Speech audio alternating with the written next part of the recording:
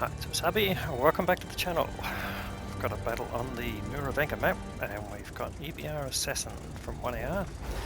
It's the Renegade Tier 8 US heavy tank premium lines. Let's have a quick look at the ammos. 360 damage and 226 pen. Decent velocity. Premium rounds give you 255 pen, so it's reasonably competitive. Tier 8 to Tier 9, even partially Tier 10, but this happens to be an all Tier 8 battle.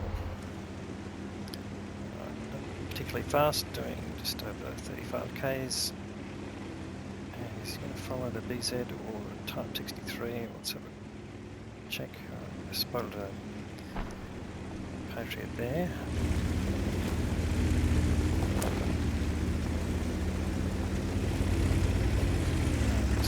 To the left here. Oh, just missed an opportunity there, but he gets smashed by the Vipera.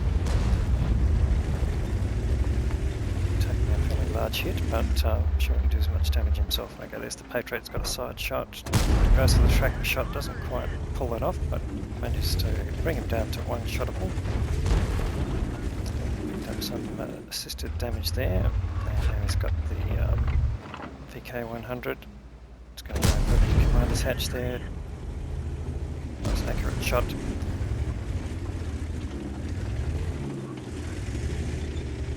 I think he wants to go after the Vipera. I reckon that Vipera's waiting for him to come out here. He's basically the best target the Vipera's got, I reckon, because the BZ he'd have to come around the corner for. So just watch out, he's going to come around the corner. And yes, makes another hit from the Vipera. So. Okay, gonna need to find a different angle on this one.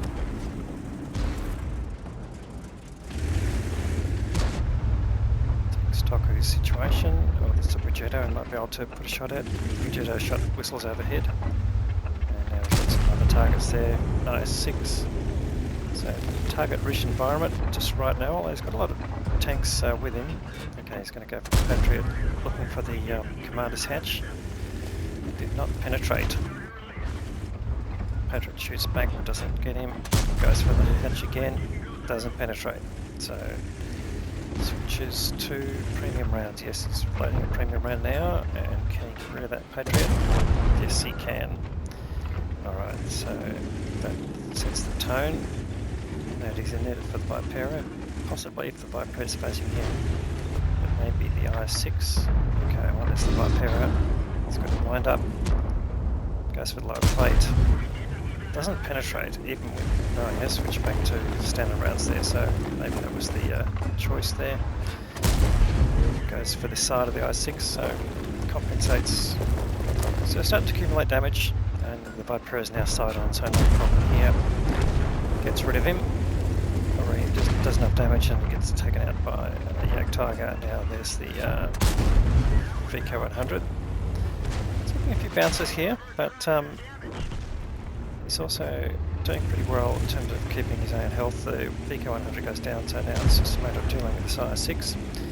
Quickly comes up to this hard cover and goes into side scrape mode.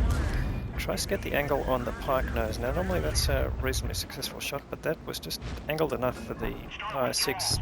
It's a pretty angled tank overall. It's not the best tank in the game anymore. It used to be very popular for certain types of battles. But it's got some basic weaknesses that you can get through the lower plate, of course, and shooting, you can shoot down the roof. Top of the roof, it's a very weak roof there. 120mm gun can overmatch it. And in any case, he's taken out the I6 and now he's pushing in on where this Brigetto was, or takes a big hit from the UDES. Returns the shot but misses. He's basically one-shottable now to that UDES, so can he get a shot in return? So he's just looking out on both sides here just to see whether he's going to get challenged by the Brigetto. No, the Brigetto is pulled back or anything. He might be able to get a shot into the UDES as he's running away, or yeah, there's a possibility here. And he does, takes him down to 2 hit points. Well, is he going to do any more damage? We hope not. Can he get another shot in? he actually hits him. That's a pretty good shooting there, although very small target is zoomed out. And now he can turn to face some other targets. Finds an SU-130 PM backing away, gets a shot into him. It's now nearly 3k of damage. And he's just got to be careful of crossfire here potentially. With those tanks down the other end, the Type 59 and the Type 34-3 get up on top of the hill would make him a bit vulnerable. But after this SU-130 PM, who's got a bit of hard cover here, those buildings look like they're destructible, but not all of them are. So once they're behind the roof line, you can't do much about it. But he's just got a sliver, and that's all he needed to get rid of the SU-130. And that's spot his third kill, and they've got a bit of a handle on this game there. They're still behind on hit points, but they've got a decent lead in terms of the numbers of guns in the game. As you saw at the back, who luckily for EBR Assassin hits his tracks. Now he can go after this Type 59. Oh no, there's an LHMTB there, lines him up, aims quite nicely and takes him out. So 4 kills going now, and he might be able to get rid of this Type 59 here. Yes, he does. Brings up his 5th kill very quickly. Luckily bounces the Type 34-3. Regretting this outcome. Takes another shot onto his tracks, this time from a Forest Spirit, who could have taken him out. That's another SU-130 PM in disguise. So he's heading for that direction. Does take a big whack from the T-34-3. Bounces again to 520. He's on 58 hit points, and he bounces a 520 hit point round from that Forest Spirit. That's pretty remarkable. They've got an amazing lead, but all their tanks are almost all one-shottable. So this could turn out badly if the enemy can stay at range and spot at the same time.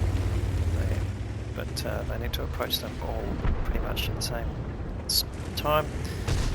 ISU-122 takes out T-28. There's the Forest Spirit.